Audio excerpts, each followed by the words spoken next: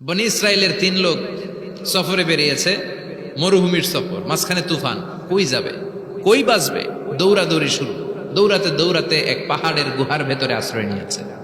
গুহা চিনেন তো? পাহাড়ের গুহা। আশ্রয় নেয়ার সাথে সাথেই বৃষ্টির পানির ঝাপটায় পাহাড়ের উপর থেকে বিশাল এক পাথর খণ্ড এসে পাহাড়ের গুহার মুখটা বন্ধ করে দিয়েছে। বন্ধ, অন্ধকার।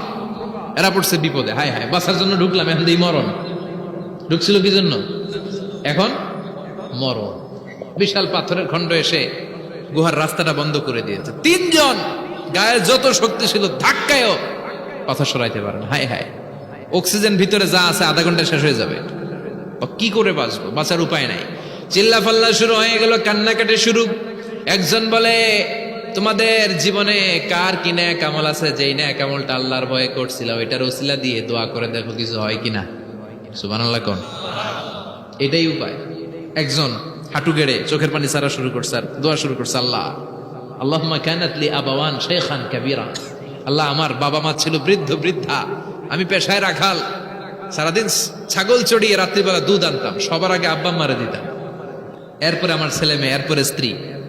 একদিন গভীর রাতে এসে দেখি আব্বা আম্মা ঘুমায়। দুধের বাটি নিয়ে আব্বা আম্মার মাথার সামনে দাঁড়িয়ে রইলাম। ছেলে মেয়েগুলো আব্বা এসে বলে, আব্বা দুধ দাও। আমি বললাম পরে, আগে আব্বা আম্মা খাবে, তারপরে তোরা। ছেলে মেয়েগুলো কান্না জুড়ে দিল, আমি দেই নাই। ফজর পর্যন্ত দাঁড়িয়ে রইলাম। ফজরের আগ দিয়ে আব্বা আম্মা ঘুম থেকে উঠে দেখে তো আমার অবাক, কিরে বাবা দাঁড়িয়ে কেন? বললাম প্রতিদিন দুধ খেয়ে ঘুমাও, আজকে আগে আগে ঘুমিয়েছো, দুধ খাও নাই, তোমাদেরকে আগে দিব বলে দাঁড়িয়ে রইলাম। আল্লাহর ডেকে বলে, আল্লাহ ওই দিন সারা রাত দুধের বাটি নিয়ে মা বাবার শিওরে আমি দাঁড়িয়েছিলাম।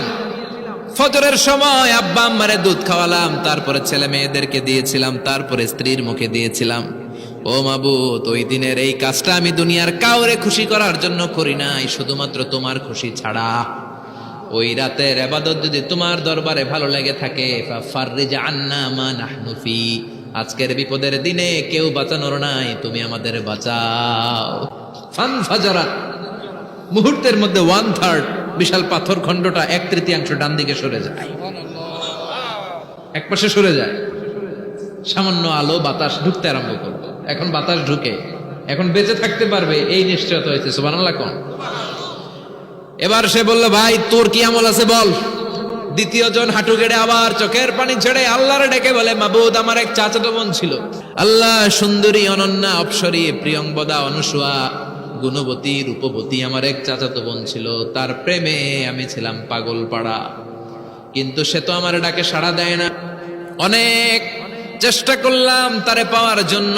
চাচাতো বোন আমারে বলে, 100 স্বর্ণ মুদ্রা যেদিন দিতে পারবা ওই দিন আমারে পাবা। এবার আমি স্বর্ণ মুদ্রা কালেকশনের কাজে লেগে গেলাম।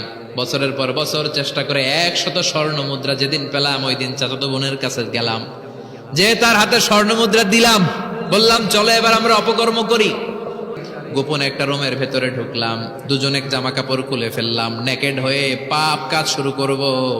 ইন দা মিন টাইম আমার চাচাতো বোন আমারে বলে, ও আমার চাচাতো ভাই, আমারে তুই সতীত্ব তুই নষ্ট করে দিস না, ইত্তাকিল্লাহ, আমার সম্ভ্রম তুই শেষ করে দিস না, ইত্তাকিল্লাহ, আল্লাহরে ভয় কর। আল্লাহ, ওই মুহূর্তে ফিরে আসা কঠিন কঠিন, কিন্তু ইত্তাকিল্লাহ, আল্লাহরে ভয় করে। এই শব্দটা যখন শুনলাম আমার ভিতরটা কেঁপে উঠেছে। আমি মুহূর্তে তোমার ভয়ে জামা পড়ে ওই রুম থেকে চিৎকার মেরে বেরিয়ে গিয়েছি। আল্লাহ, সেদিন আমি পাপ কাজ করি নাই, সেদিন আমি মনের খায়েশ মিটাই নাই, তোমার ভয়ে সেদিন আমি দৌড়ে পালিয়েছি।